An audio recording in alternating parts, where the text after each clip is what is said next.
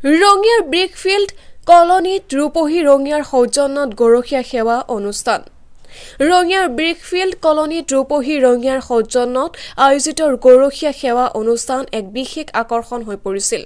ৰাজহুৱা নামঘৰত অনুষ্ঠিত এই অনুষ্ঠানত অৰ্ধশতাধিক কণ শিশুক গৰখীয়া সেৱা আগবঢ়াই ভকতসকলে এক অনন্য দৃষ্টান্ত স্থাপন কৰে।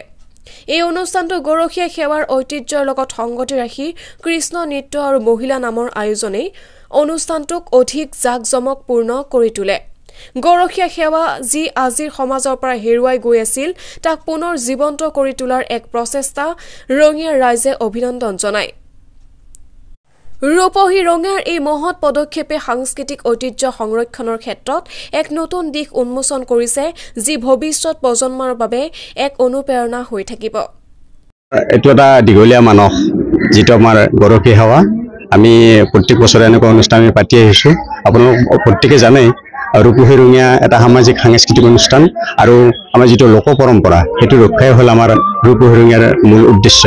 আজি আমাৰ এই যিটো দেৱশিশুসকলৰ মংগলাৰ্থে আমি ৰূপহী ৰঙিয়াই এই গৰখীয়া সেৱা অনুষ্ঠানটো আয়োজন কৰিছোঁ। তাত আমাৰ সমূহ ৰঙিয়াবাসীৰ আশীৰ্বাদ আছে, সমূহ ব্ৰিকফিল্ড কলনীবাসীৰ আমাৰ ইয়াতে অৰিহণা আছে, সহযোগিতা আছে, আৰু সেই সকলোকে লৈ পেলাই আমাৰ এই অনুষ্ঠানটো আমি আয়োজন কৰিছোঁ।